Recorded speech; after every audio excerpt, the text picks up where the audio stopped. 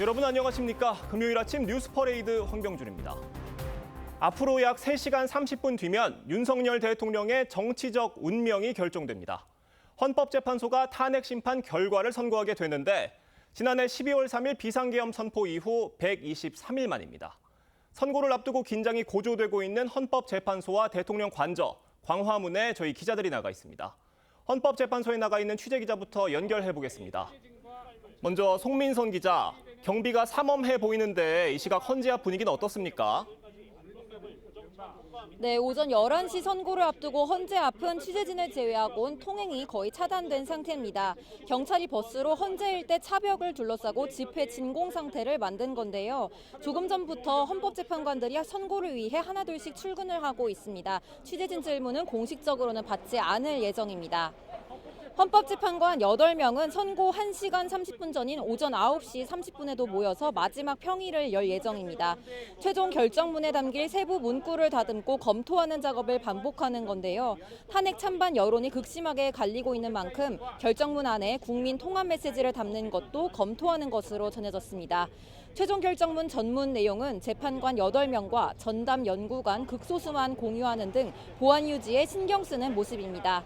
경찰 등 관계기관은 선고 후 만일의 사태에 대비하고 있습니다. 안전사고에 대비해 헌재 주변 지하철 안국역을 지나는 열차는 무정차 통과하고 있고요. 출입구도 모두 폐쇄된 상태입니다.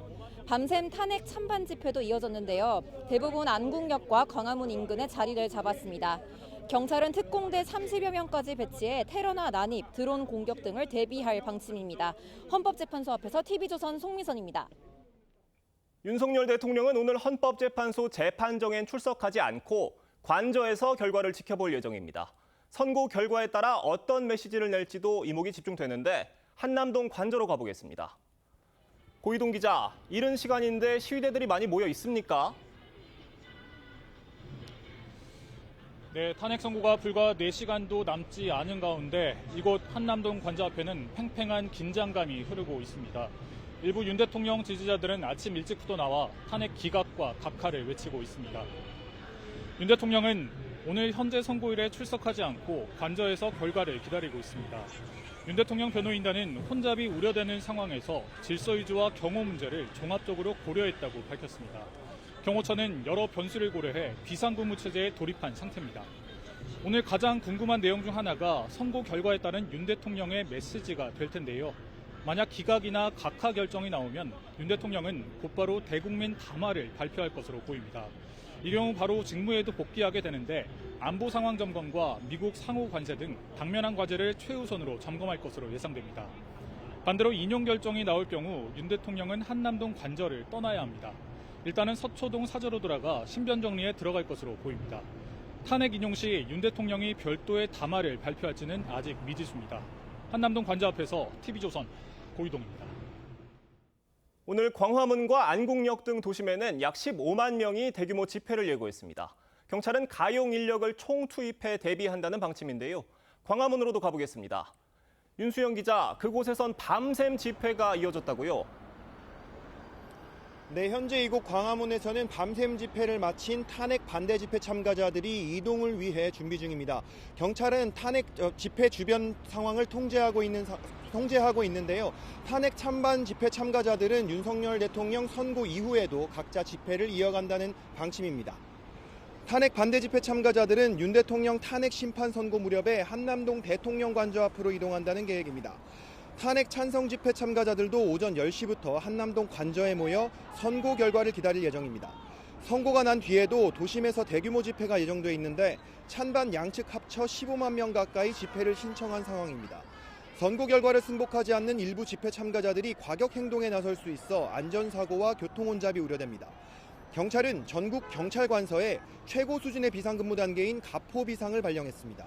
이에 따라 가용 경력 100%가 비상근무에 동원될 수 있습니다. 경찰은 전국 기동대 337개, 2만여 명을 집회관리 등에 투입할 예정인데 이 중 210개 부대, 14,000여 명을 서울에 집중 배치할 예정입니다.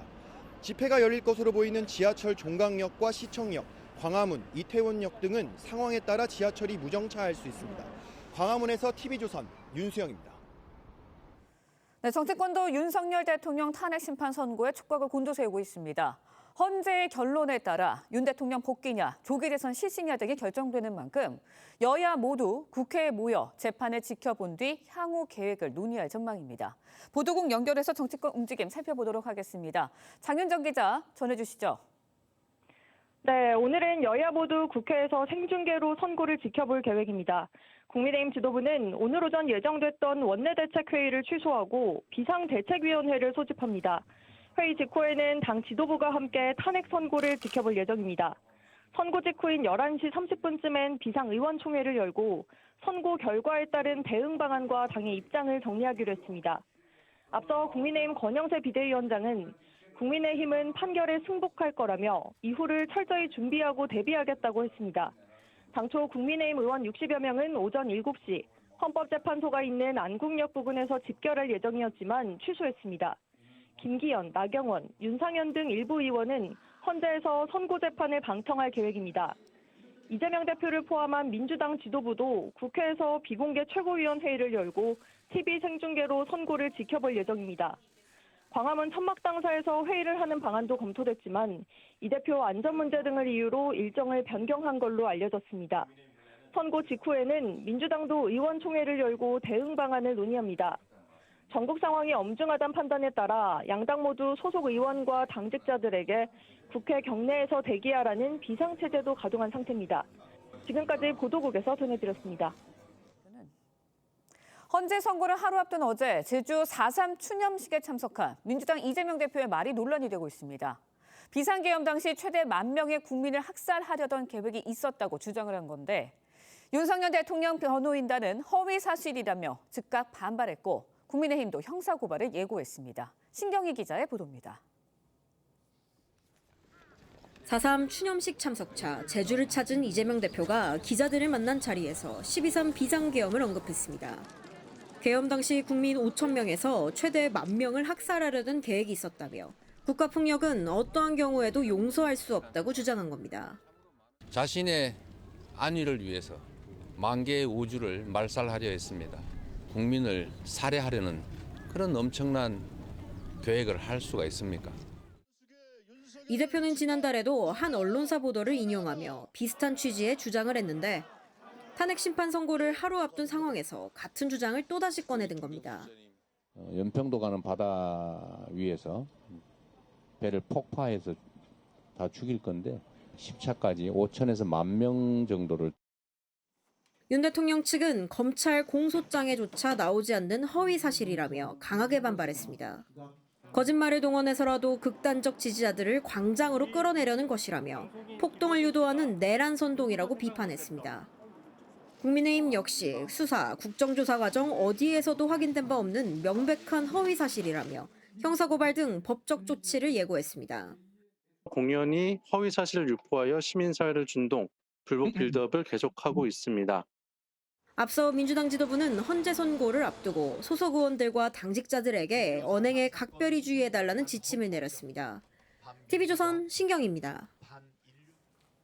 네, 헌재 탄핵 심판 변론에서는 윤 대통령과 국회 측이 양보 없는 설전을 펼쳤죠.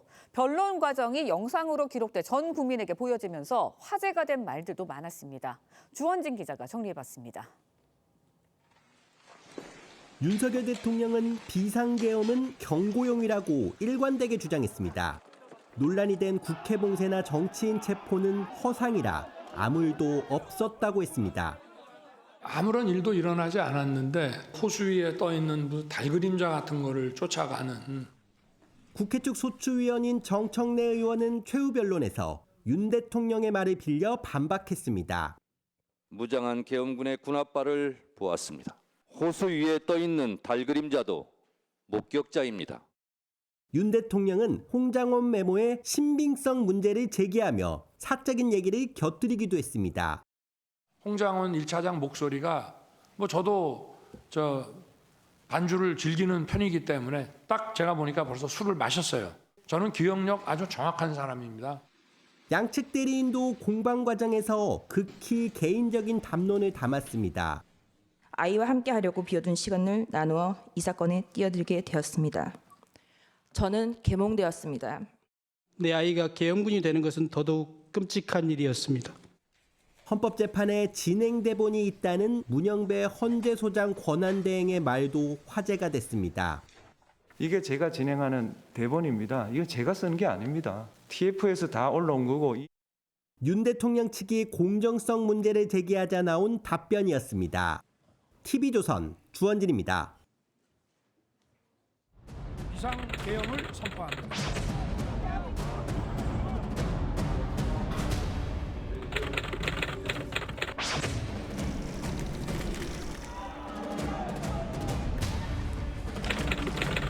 비상계엄을 선포한 후 84일.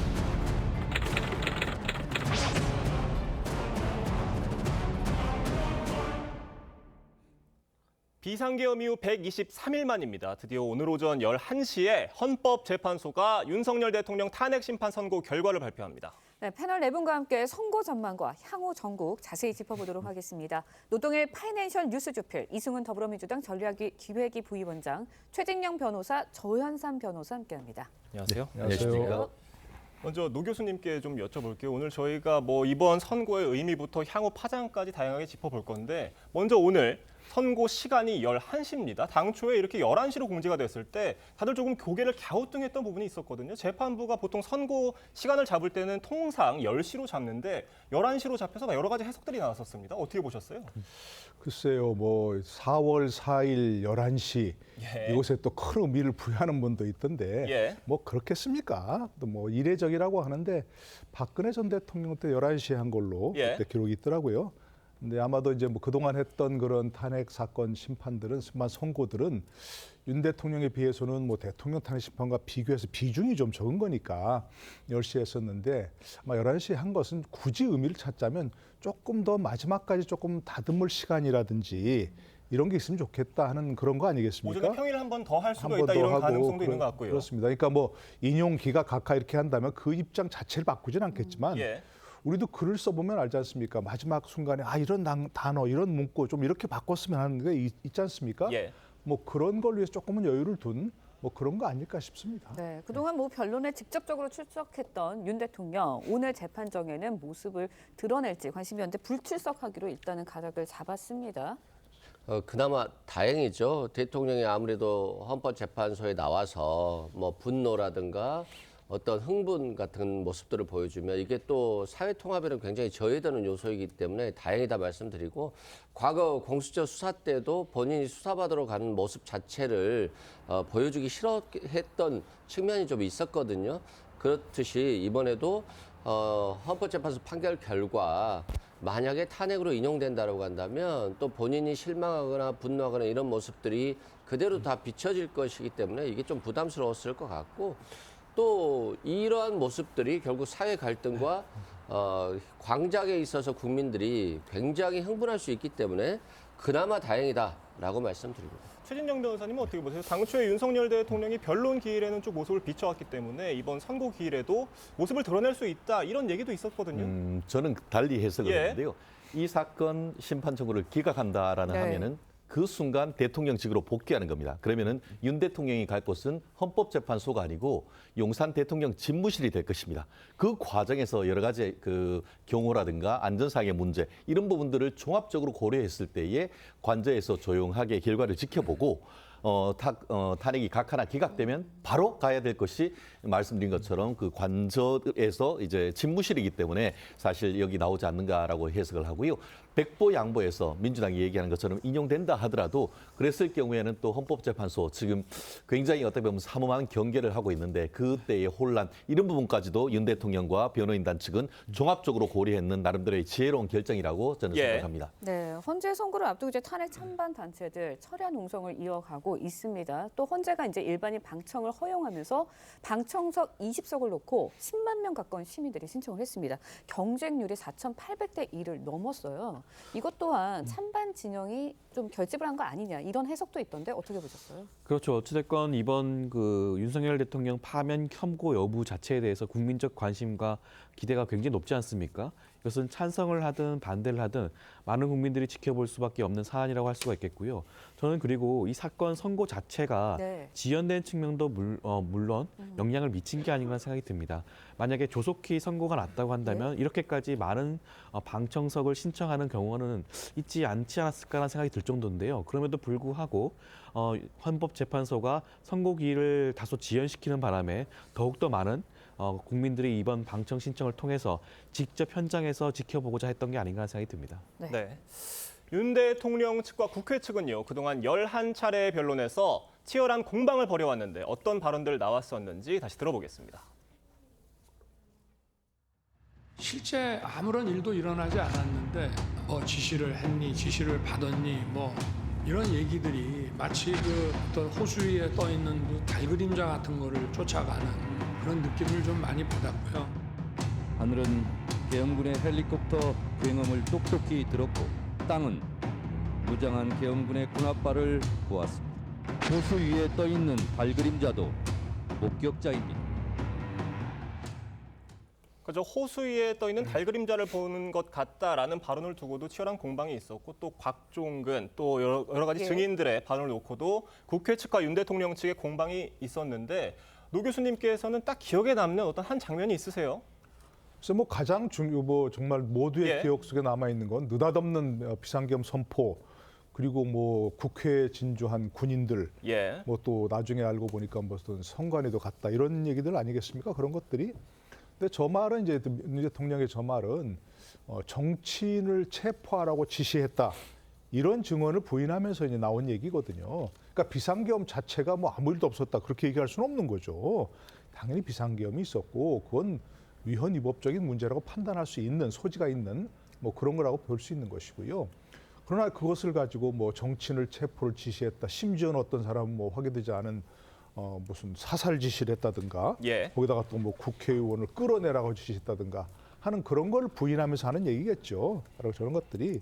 그러니까 내란 그걸 통해서 바로 이제 또 비상계엄 선포를 내란이라고 하는 그런 것을 부인하는 취지라고 생각이 됩니다. 헌법 질서가 무너졌다고 얘기하지만 어떻게 보면 비상계엄은 대통령의 선포 권한이 있는 것이고 국회는 또 해제 권한이 있는 것이고 비상계엄을 선포하고 국회 해제를 해서 해제 요구를 해서 바로 2시간 만에 이제 해제했다. 이런 걸 보면 어찌 보면 우리 헌법 질서가 잘 작동하고 있는 그런 것이라고도 볼 수 있는 상황이라고 할 수 있습니다. 네, 알겠습니다. 이제부터는 헌재 선고 전망도 살짝 해보도록 할 텐데요. 비상계엄령을 계몽령이라고 표현했던 윤 대통령 측의 주장을 놓고도 논란이 이어졌었죠. 변론에서 나왔던 발언들 직접 들어보시겠습니다. 제가 임신과 출산과 육아를 하느라 몰랐던 민주당이 저지른 폐악을 일당 독재의 파쇼 행위를 확인하고 이 사건에 뛰어들게 되었습니다. 저는 계몽되었습니다.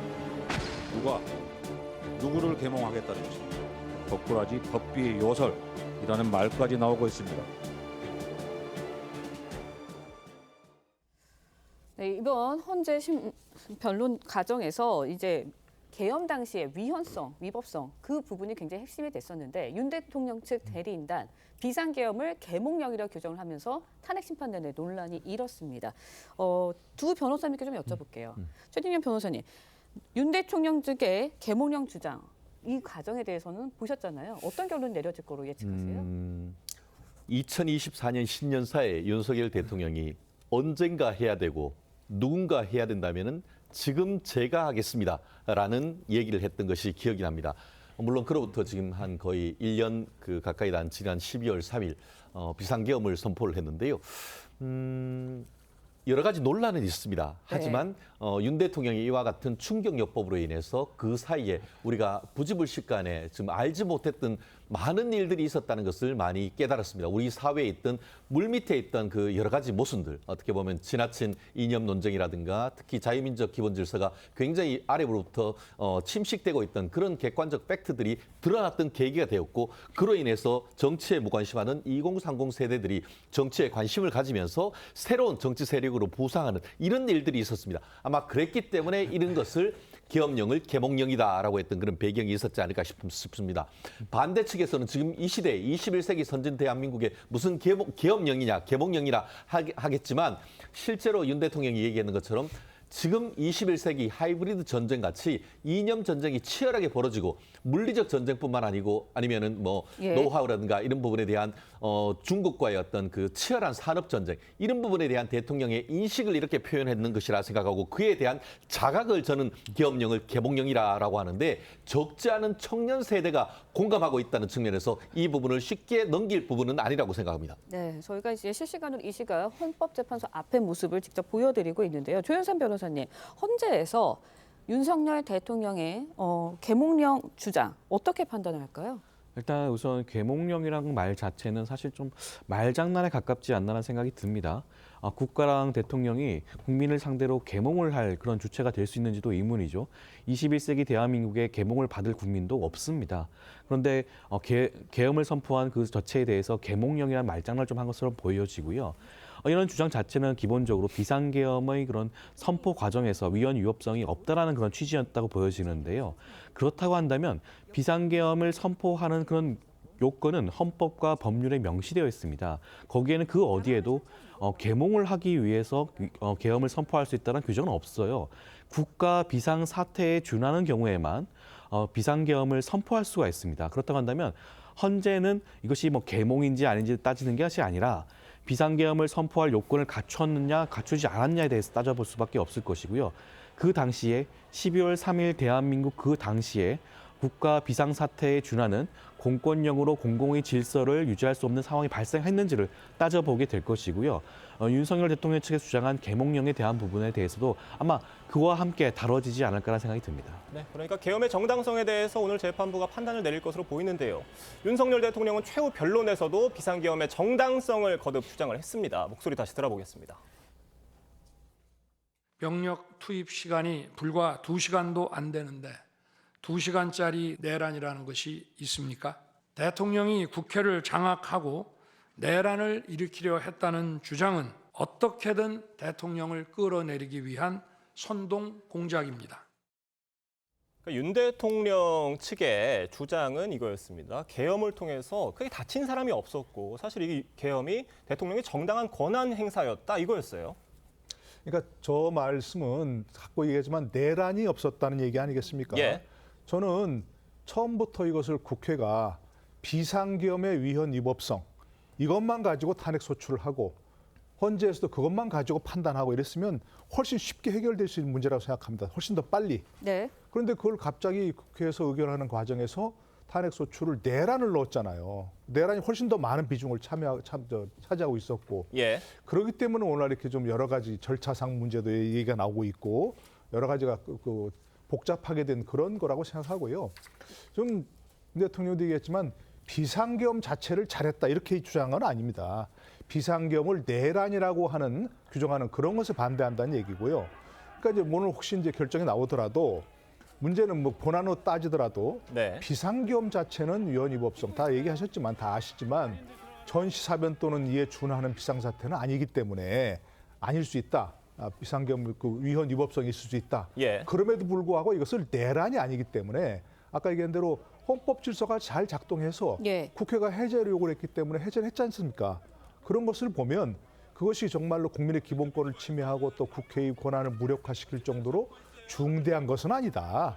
이런 정도로 얘기하는 것이라고 볼 수 있겠죠. 이승훈 변호사님, 지금 윤석열 대통령 이번 탄핵 선고 쟁점 중에 지금 말씀해 주신 이런 비상계엄의 정당성 외에도 형법상 내란죄를 판단을 받겠다고 했다가 철회한 부분, 또 검찰 조서의 증거능력 채택 부분이라든지 이런 절차적인 부분들이 핵심 쟁점이 될 것이다라는 관측들이 있었잖아요. 이건 어떻게 보세요?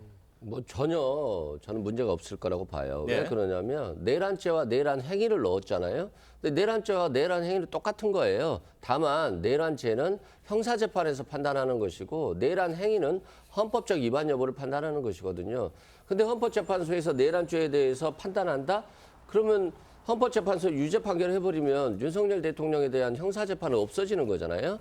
그렇기 때문에 내란죄가 됐든 내란 행위가 됐든 이 내란 행위의 헌법적 평가에 대해서 묻는 것이기 때문에 철회했다라고 해도 전혀 문제가 될 게 없고요. 또 문제가 없는 이유는 피고인에게 내란죄와 내란 행위에 대해서 피청구인에게 청구를 했는데 내란죄를 철회했으면 두 개 중에 하나가 철회된 거니까 더 좋은 거잖아요. 그리고 내란죄와 내란 행위는 사실관계가 동일하다고 보고요. 또 유죄 판결을 헌법재판소가 할 수 없고요. 또 헌법재판소가 내란죄를 철회했다 할지라도 이걸 그냥 판단하면 됩니다. 그래서 이게 각하 사유가 될 수 없다 말씀드리고요.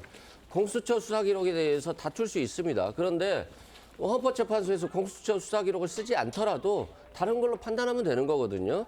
그리고 검찰의 피신조서에 대해서 부동의하면 증거 능력이 없다라고 하는데 그거 빼고도 다른 걸로 판단하면 되거든요. 그래서 각하가 될 가능성은 없다라고 말씀드리고 이제 기각 여부의 문제인데 뭐 기각을 이런 상황에서 국민들이 엄청나게 많은 피해를 받고 윤석열 대통령 본인조차도 하야하겠다고 했잖아요.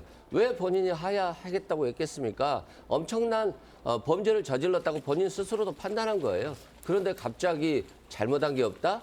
구름 위에 달 그림자도 뭐 본 게 없다라고 하는 것 자체가 아직도 현실 인식이 대통령이 부족하다는 게 가장 큰 문제다라고 말씀드립니다. 최재형 변호사님, 그런데 지금 윤석열 대통령 측에서는 결국 그 내란죄 철회 부분을 두고 이거를 철회하게 됐을 경우에는 이 소추상의 동일성 문제가 발생하기 때문에 국회에서 재의결해야 된다 이런 입장이잖아요. 그렇습니다.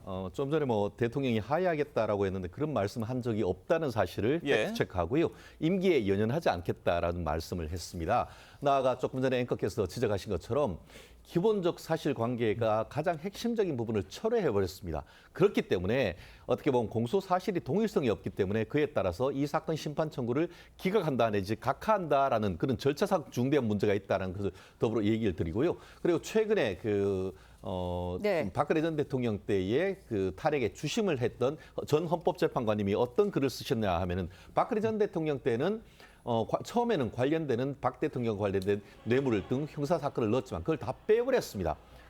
그리고 그렇기 때문에 형사 사건과 관련되는 증거 능력 문제가 전혀 되지 않았습니다. 하지만 이번 사건 같은 경우에는 내란죄 성립되는 여부가 가장 핵심적인 쟁점인데 검수완박 과정에서 증거 능력에 관한 규정이 완전히 지금 바뀌었기 때문에 과연 헌법재판소가 그런 현재 한 7만 쪽 되는 잘못된 증거로 판단할 수 있을지 이 부분에 대해서 굉장히 고민하지 않을 수 없습니다. 그렇기 때문에 우리가 TV로 봤던 것 이런 부분과 우리가 그 형사상의 어떤 증거 능력 이런 부분을 종합적으로 고려를 했을 때는 실제로 이것을 노 교수님 말씀하시는 것처럼 탄핵에 이를 정도의 증거라든가 위법성이 있다고 보기는 어렵다라고 해서 사건이 기각될 가능성이 굉장히 높다라고 예측을 해봅니다. 네, 내란죄 혐의에 대해서 철회가 됐잖아요. 이거 부분 어떻게 보세요, 조현삼 변호사님은? 저는 그 내란죄 철회 부분 때문에 아마 한두 분 정도의 헌법재판관 입장에서는 절차상의 하자를 좀 지적한 분이 있지 않을까라는 생각이 들긴 합니다.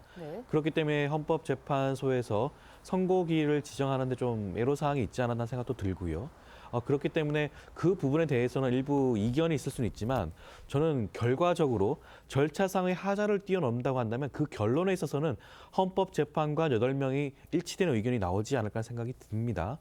이것이 윤석열 대통령이 이번에 한 비상계엄과 내란 행위 자체에 대해서는 아마 이견이 없을 거예요. 비상계엄 선포 과정에서의 그런 절차상, 내용상 하자 분명합니다. 위헌 위법성은 분명히 확인이 되고요. 이것은 구태여 내란 행위까지 가지 않더라도 인정이 될 수밖에 없는 사정이고요. 비상계엄 선포 자체가 위헌 위법하다고 한다면 그것은 매우 중대한 문제입니다. 대통령으로서 올바른 판단을 하지 않고 국민의 기본권과 국회의 권한을 침해했다는 것이거든요. 그렇기 때문에 내란죄 행위를 철회한다고 하더라도 인정될 가능성이 굉장히 높고요. 그렇기 때문에 구태여 한두 분 정도가 절차상의 하자를 지적했다고 하더라도 결과적으로 봤을 때는 파면에 일치된 의견에 도달할 것으로 보여지기 때문에 저는 결과적으로 8명 모두의 전원 일치 판결이 나오지 않을까라는 생각이 듭니다. 네, 윤석열 대통령의 정치적 운명을 가를 탄핵 심판 선고 3시간 앞으로 다가왔습니다. 여야는요 막판 여론전에 총력을 쏟고 있는데 양측 입장 먼저 들어보겠습니다. 대통령에 대한 정치 공세용으로 사기 탄핵을 감행한 민주당에 대해 헌재는 반드시 엄중한 심판을 내려야 마땅합니다. 헌법 수호자 헌법재판소가 내일 헌법 파괴범 윤석열을 주저없이 파면할 것이라 믿어 의심치 않습니다. 야당 지도부는 어제도 그렇고요. 지금까지 계속 헌법재판소의 8대0 만장일치 인용을 확신한다 이렇게 얘기를 했었어요. 근데 확신이라는 단어가 참 도드라지게 들렸는데 노 교수님 들으시기엔 좀 어떠셨어요? 본인들 입장에서야 확신이라고 해야지 뭐라고 하겠습니까? 지금 현재 여도 야도 그렇고 또 탄핵을 찬성하고 반대하는 이런 분들이 충분히 의견을 개진했지 않습니까? 과거 박근혜 전 대통령 때와 다르게 여론이 일방적이지 않고 어쨌든 뭐 각하해야 된다, 뭐 기각해야 된다, 인용해야 된다 그런 의견들은 충분히 개진을 했고 다 나름대로 일리가 있다고 생각합니다. 그 지금 여야 모두가 좀 그런 의견을 주장하고 있고 여당에서는 뭐 아까 말씀하신 야당에서는 8대0 인용을 확신한다고 얘기했는데 여당의 많은 또 의원들은 또 뭐 기각이나 각하를 확신한다고 하고 있지 않습니까? 근데 그건 본인들 생각이고 결론은 이제 헌재에서 내리는 거니까 이쯤에서 이제 본인들이 조금 저런 주장을 충분히 했으니까 헌재의 현명한 판단을 기대한다라고 하면서 대신 국민들 탄핵 찬성 측 반대 측 여론들을 좀 다독이는 뭐 그런 좀 성숙한 모습을 보이는 게 바람직하다 생각합니다. 저러면서 자신들의 의견과 다른 결론이 나왔을 때는 뭐 불복하겠다는 식의 그런 주장을 하는 것은 결코 바람직하지 않다 이렇게 생각합니다. 네, 알겠습니다. 지금 양측으로 지금 화면으로 보이시는 게 헌법재판소의 모습, 그리고 지금 보이시는 게 한남동 관저 앞의 상황입니다. 차벽에 이미 세워졌던 것을 볼 수 있었고요. 그다음에 이미 지지자들이 좀 모여서 지지자들인지는 찬성 집회 측인지는 모르겠지만 집회하는 인원들이 모여 있는 모습 보고 계십니다. 지금 이것처럼 국면이 굉장히 나뉘어지는 모습을 보이고 있거든요. 그런데 이런 상황에서 여당 일부 의원들 헌자에서 밤샘 릴레이 시위 이어갔고요. 민주당은 헌재 인근에서 야 5당이 공동 집회를 이어갔습니다. 탄핵 심판 이후에, 그러니까 탄핵 선고 이후에, 탄핵 심판 선고 이후에 국민 대통합이 이루어지는 게 아니라 오히려 분열의 시작이 되는 거 아니냐 이런 우려의 목소리도 나오고 있거든요. 이승훈 변호사님은 어떻게 보세요? 예를 들어서 탄핵 인용 의견이 굉장히 높잖아요. 훨씬 높잖아요. 그래서 탄핵이 인용된다라고 한다면 결국에는 승복할 수밖에 없고 또 조기 대선 과정이 있기 때문에 여야가 서로 조기 대선을 준비하느라 정신이 없어서 어느 정도 이 갈등은 조기 대선 국면으로 전환할 것으로 보여져요. 그런데 만에 하나 탄핵이 기각된다라고 한다면 이를 수용하지 못할 대다수의 국민들은 현장으로 나올 수밖에 없을 거예요. 뭐 민주당이 앞장선다 또는 말린다라는 것 자체가 의미가 없어질 것 같고요. 이걸 승복할 수 있는 국민이 누가 있겠습니까? 법조인인 저도 승복할 수 없다라고 판단하기 때문에 결국 많은 국민들이 현장에 나와서 관저와 또 용산을 향해서 시위를 벌일 겁니다. 그리고 지금 관세 전쟁 때문에 미국도 어제 필라델피아 반도체가 10% 하락했거든요. 이건 엄청난 건데요. 그 파국에 지금 이 윤석열 대통령 탄핵 전국까지 겹친다라고 한다면 대한민국의 경제는 굉장히 어려워질 거예요. 꼭 헌법재판소가 이번에 만장일치로 또 윤석열 대통령에 대한 탄핵 결정을 통해서 새로운 대한민국으로 또 조기 대선 과정에서 새로운 대통령이 나와서 이 부분을 잘 정리해야 되지만이 다음 단계로 대한민국이 나갈 수 있다라고 말씀드립니다. 네, 헌재 선고를 앞두고 이재명 대표는요, 제주 4.3 추념식에 참석을 했습니다. 여기서 한 발언이 논란이 되고 있는데 비상계엄 당시 최대 10,000명의 국민을 학살하려던 계획이 있었다는 주장을 한 겁니다. 윤 대통령 측과 여당은 즉각 반발했습니다. 얘기 들어보겠습니다.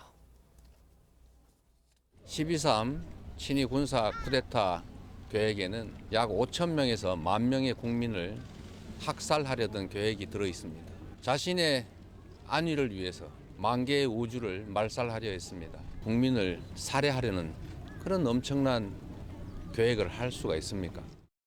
공연히 허위 사실을 유포하여 시민사회를 준동, 불복 빌드업을 계속하고 있습니다.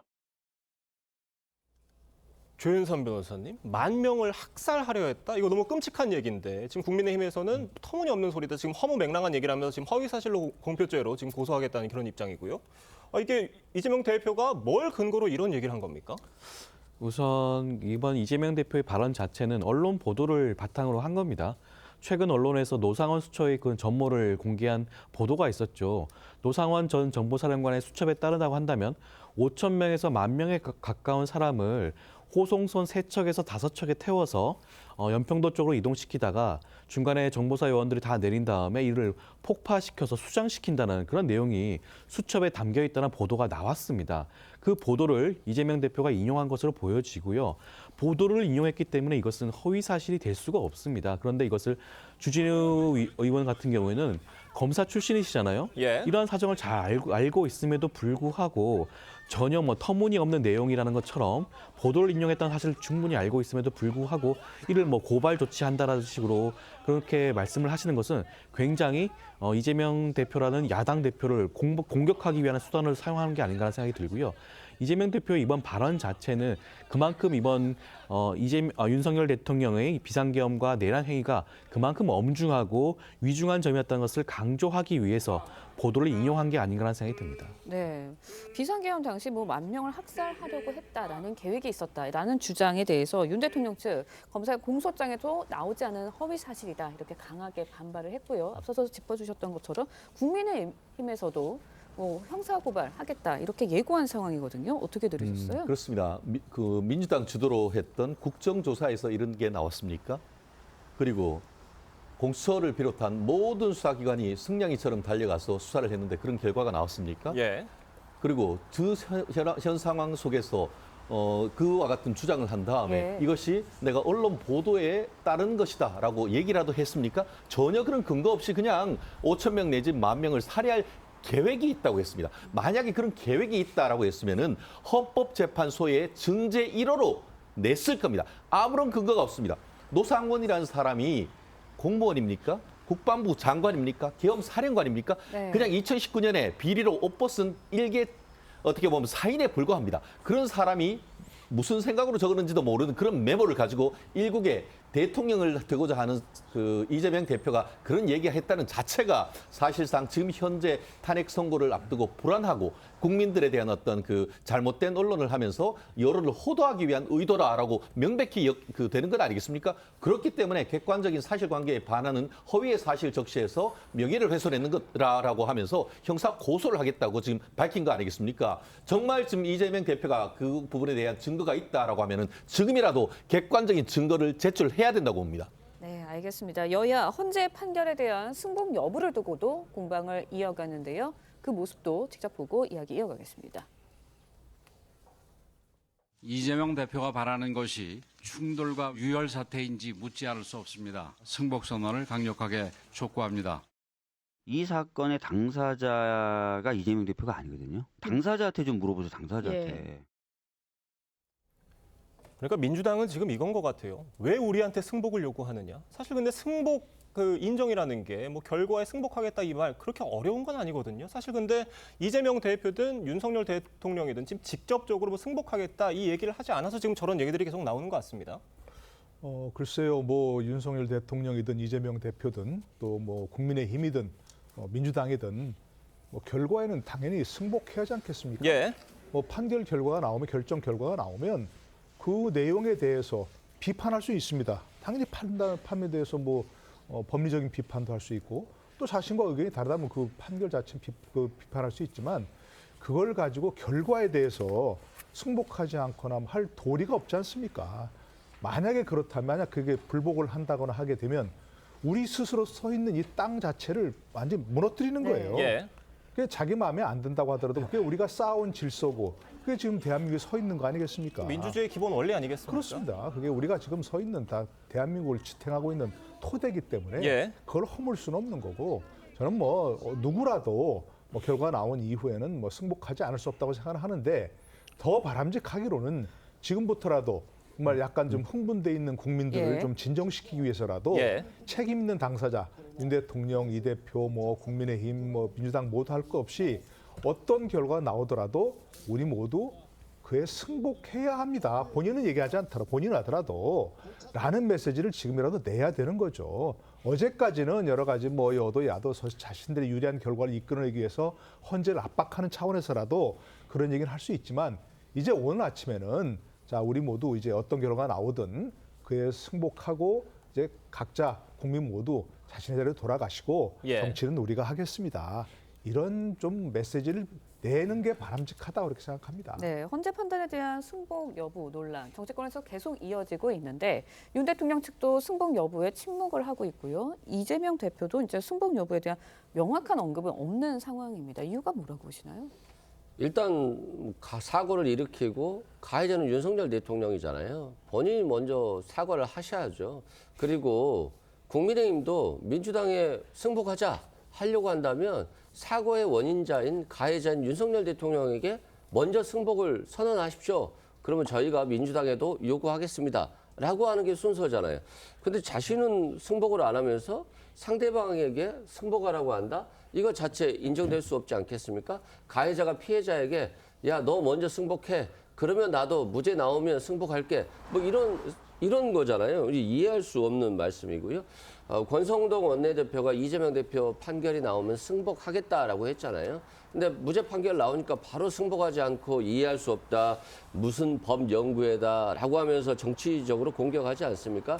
그런 측면에서 지금 국민의힘이 윤석열 대통령에게 먼저 말씀드려야 된다라고 말씀드리고요. 검찰도 이재명 대표가 무죄 판결 나오면 승복하고 잘못했다고 하나요? 빛의 속도로 항소하지 않습니까? 이 승복을 요구하는 것 자체가 또 허위 인식 공표로 해서 또 허위 사실로 고소할지도 몰라요. 그렇기 때문에 이 사회가 지금 이상하게 됐다 이런 말씀드리고요. 대통령께서 꼭 헌법재판소 결정을 존중해 주셨으면 감사하겠습니다. 최진익 변호사님 어떠십니까? 네, 승복이란 것은 싸움 건 사람이 해야죠. 그렇지 예. 않습니까? 우리가 뭐 이른바 도장 깨기 하러 가서 어떻게 보면 도전자가 한 유도장에 가서 싸워서 관장한테 지면은 무릎 꿇고 그거에 대해서 저를 제자로 받아주십시오. 그게 지금 우리가 싸움의 원리 아니겠습니까? 그리고 승복이란 것은 첫 번째 그 결과를 따른다라는 의미가 있지만 두 번째는 사전적 의미는 뭐냐면은 자백한다. 그리고 용서를 구한다. 그런 의미가 있습니다. 사실 윤석열 대통령 같은 경우에는 1차전으로 지금 탄핵소추와 관련된 헌법재판이 있지만 2차전으로 형사사건이 있습니다. 예. 그렇기 때문에 윤 대통령 변호인 입장 같은 경우에는 이 사건 오늘 그 11시에 있는 결정 이후에 형사적인 내란 죄와 관련되는 부분이 있습니다. 만약 이 사건에서 지금 승복한다. 자백한다라고 하면은 사실상 내란과 관련되는 그 형사 사건에 대해서 다툼의 의미가 없어지는 겁니다. 그렇기 때문에 이 상황 속에서 윤석열 대통령과 변호인단이 당장 승복이라고 얘기할 수 있는 상황 자체가 안 되죠. 그렇게 하려고 하면은 이 사건에 대한 탄핵 결정이 기각되면은 공소 사실도 취소한다는 그 정도의 어떤 우원식 의장 내지 이재명 대표의 얘기가 있다고 하면은 아마 그 윤 대통령에 대한 그 변호인단도 그 부분에 대한 의견을 밝힐 수가 있을 겁니다. 그렇기 때문에 좀 전에 왜 윤석열 대통령 측은 얘기 안 하냐, 승복 안 하냐 하는데 저는 그렇게 생각합니다. 지금 당사자는 이재명 대표는 아닙니다. 그럼 당사자는 누구죠? 국회의 그 우원식 국회의장이고 실제 소추단장은 그 정청래 지금 그 법사위원장입니다. 두 명이라도 지금 해서 이 결과에 대해서 승복한다는 그런 성명 내시기 바랍니다. 네, 일단은 뭐 조윤선 변호사님께 여쭤볼게요. 헌재의 판단에 대해서 이재명 대표도 윤석열 대통령 측도 일단은 어떠한 입장을 내지 않고 있는 상황이거든요. 그래서 그러다 보니까 승복 논란이 계속해서 이어지는데 이유가 어디 있다고 보세요? 글쎄요. 일단 이재명 대표는 이전 방송에서 이번 헌재 결정에 대해서 승복한다라는 말씀을 하신 적이 있습니다. 유튜브 방송 말씀하신 그렇죠. 거죠? 최근에는 그런 발언을 공개적으로 하진 않았지만 이전에 이미 했다는 말씀을 좀 드리고 싶고요. 저는 윤석열 대통령 입장에서는 앞서 변호사님께서 말씀하신 그런 형사재판과의 관련성도 있겠지만 저는 다분히 정치적인 목적이 아닌가라는 생각이 듭니다. 이번에 만약에 승복하겠다라는 발언을 하게 되면 그 말을 지켜야 되지 않겠습니까? 그렇지만 승복한다는 말을 하지 않는다고 한다면 만약에 이번 대통령 파면 선고 결정이 인용으로 나온다고 하더라도 윤석열 대통령을 지지하는 지지층, 극렬 지지층이라고 할 수 있죠. 그런 보수층들을 안고 다음 조기에 치러질 수밖에 없는 대선 전국에서 본인의 입지를 좀 강화하려는 그런 의도가 아닌가.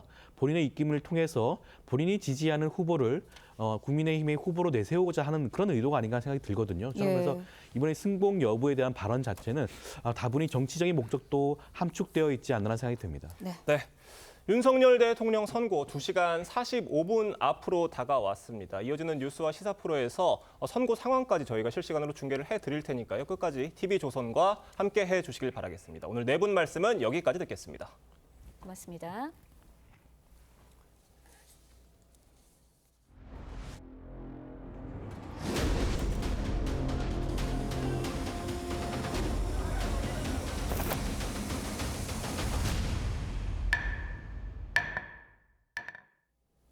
앞으로 약 2시간 45분 뒤면 윤석열 대통령의 정치적 운명이 결정됩니다. 헌법재판소가 탄핵 심판 결과를 선고하는 건데요. 네, 지난해 12월 3일 비상계엄 선포 이후 123일 만으로 선고를 앞두고 긴장감이 고조되고 있습니다.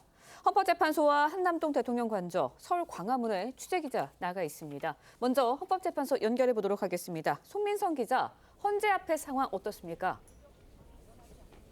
네, 오전 11시 선고를 앞두고 이곳 헌재 앞은 취재진을 제외하고는 대부분 통행이 거의 차단된 상태입니다. 경찰이 버스로 헌재 일대 차벽을 둘러싸고 집회 진공 상태를 만든 건데요. 현재 7시 반 전후로 헌법재판관들과 관계자들이 선고 준비를 위해 하나둘씩 계속해서 출근을 하고 있는 상황입니다. 지금 누군가가 한 명이 출근을 하고 있는데요. 구체적으로 누가 출근했는지는 보안상의 이유로 공개되진 않고 있습니다. 헌법재판관 8명은 선고 1시간 30분 전인 오전 9시 30분에도 모여서 마지막 평의를 열 예정입니다. 최종 결정문에 담길 세부 문구를 다듬고 검토하는 작업을 반복하는 건데요. 탄핵 찬반 여론이 극심하게 갈리고 있는 만큼 결정문 안에 국민 통합 메시지를 담는 것도 검토한 걸로 전해졌습니다. 최종 결정문 전문 내용은 재판관 8명과 전담 연구관 극소수만 공유하는 등 보안 유지에 신경 쓰는 모습입니다. 경찰 등 관계기관은 선고 후 만일의 사태에 대비하고 있습니다. 안전사고에 대비해 헌재 주변 지하철 안국역을 지나는 열차는 무정차 통과하고 있고요. 출입구도 모두 폐쇄된 상태입니다. 밤샘 탄핵 찬반 집회도 이어졌는데요. 대부분 안국역과 광화문 인근에 자리를 잡았습니다. 경찰은 특공대 30여 명까지 배치해 테러나 난입, 드론 공격 등을 대비할 방침입니다. 헌법재판소 앞에서 TV조선 송민선입니다. 네, 현장 중계 이어가겠습니다. 윤석열 대통령은 오늘 헌법재판소 재판정에 출석하지 않고 관저에서 결과를 지켜볼 예정입니다. 선고 결과에 따라 어떤 메시지를 낼지도 이목이 집중되는데 한남동 관저 앞에 나가 있는 취재기자 연결해 자세한 소식 알아보겠습니다. 고이동 기자, 이 시각 관저 주변 상황 어떻습니까?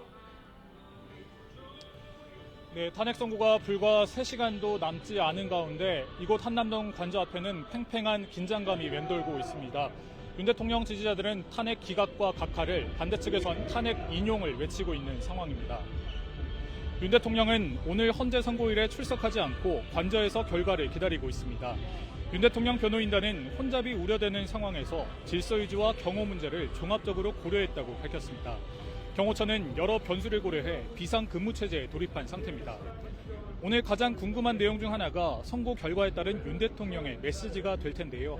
만약 기각이나 각하 결정이 나오면 윤 대통령은 곧바로 대국민 담화를 발표할 것으로 보입니다. 이 경우 바로 직무에도 복귀하게 되는데 안보 상황 점검과 미국 상호관세 등 당면한 과제를 최우선으로 점검할 것으로 예상됩니다.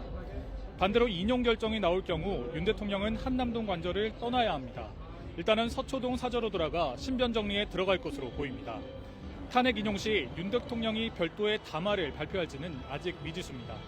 한남동 관저에서 TV조선 고이동입니다.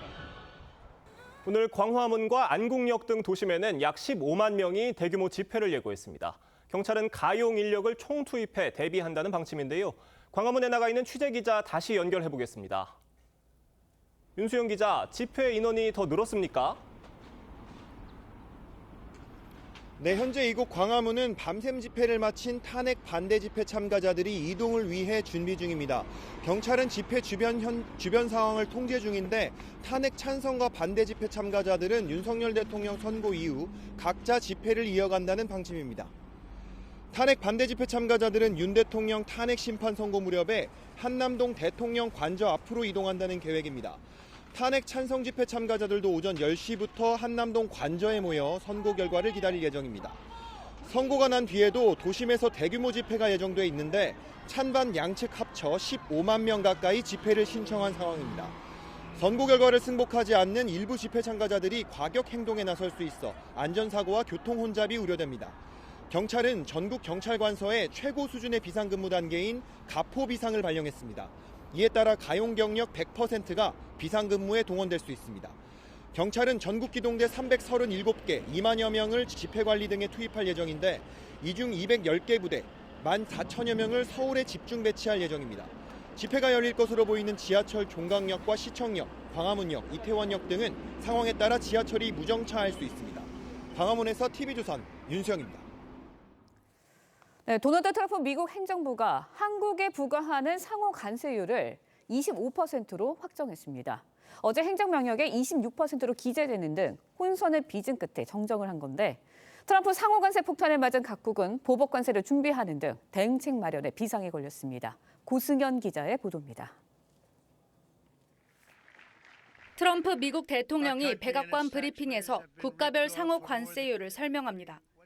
So 67%, so we're going to be charging a discounted reciprocal tariff of 34%. 그런데 이 차트에 25%라고 적힌 한국 상호 관세율이 대통령 행정명령에는 26%로 기재돼 혼선이 빚어졌습니다. 백악관은 상호 관세 행정명령 부속서에 한국 상호 관세율을 25%로 정정해 확정했습니다. 우리 정부는 25%로 수정하기 위해 백악관과 협의해왔습니다. 한국뿐 아니라 상호 관세 폭탄을 맞은 주요국들은 비상이 걸렸습니다.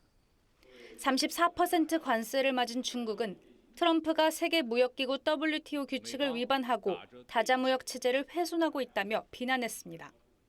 中方对此坚决反对，将采取必要措施，坚定维护自身正当利益。 영국은 당장 미국과 협상에 나설 방침을 밝혔습니다. A trade war is in nobody's interest, in my view. But of course we have to protect ourselves, and that's why we're keeping all options on the table. 유럽연합 EU는 20%의 관세가 적용되는데 이번 달 중순까지 협상이 무산되면 약 42조 원 상당의 미국산 상품에 보복 관세를 부과하겠다고 경고했습니다. 각국 반발 속 미국 상원에서도 트럼프 상호 관세를 견제하는 법안이 발의됐습니다. TV조선 고승현입니다. 하늘이 차츰 맑아진다는 절기청명인 오늘 완연한 봄 날씨가 이어지겠습니다. 한낮에 서울이 16도, 대전과 대구 18도까지 오르며 따스하겠는데요. 일교차는 15도 안팎으로 크게 벌어지겠습니다. 체온 조절 잘하시기 바랍니다. 대기가 정체되면서 오늘도 서쪽을 중심으로 공기가 탁합니다. 서울과 인천, 경기 남부와 충남에서는 초미세먼지 농도 종일 나쁨 단계 보이겠습니다. 경북 내륙에는 여전히 대기가 건조합니다. 이들 지역에는 건조특보가 아직 남아있어 계속해서 불조심하시기 바랍니다. 식목일인 내일 전국에 봄비가 내리겠습니다. 새벽에 서쪽부터 비가 시작돼 오전이면 전국으로 확대되겠습니다. 내일 예상되는 강수량은 중부지방에 최대 20mm, 남부에는 5에서 10mm의 비가 내리겠습니다. 한낮 기온은 대부분 지역에서 18도 안팎으로 어제와 비슷하거나 조금 높겠습니다. 내일 비가 내리며 기온이 떨어져 반짝 쌀쌀하겠지만 일요일부터는 다시 날이 온화해지겠습니다. 오늘의 날씨 이나일입니다. 이상으로 금요일 뉴스 퍼레이드 마칩니다. 네, 저희는 다음 주 월요일 아침 7시 30분에 다시 찾아뵙겠습니다. 시청해주신 여러분 고맙습니다.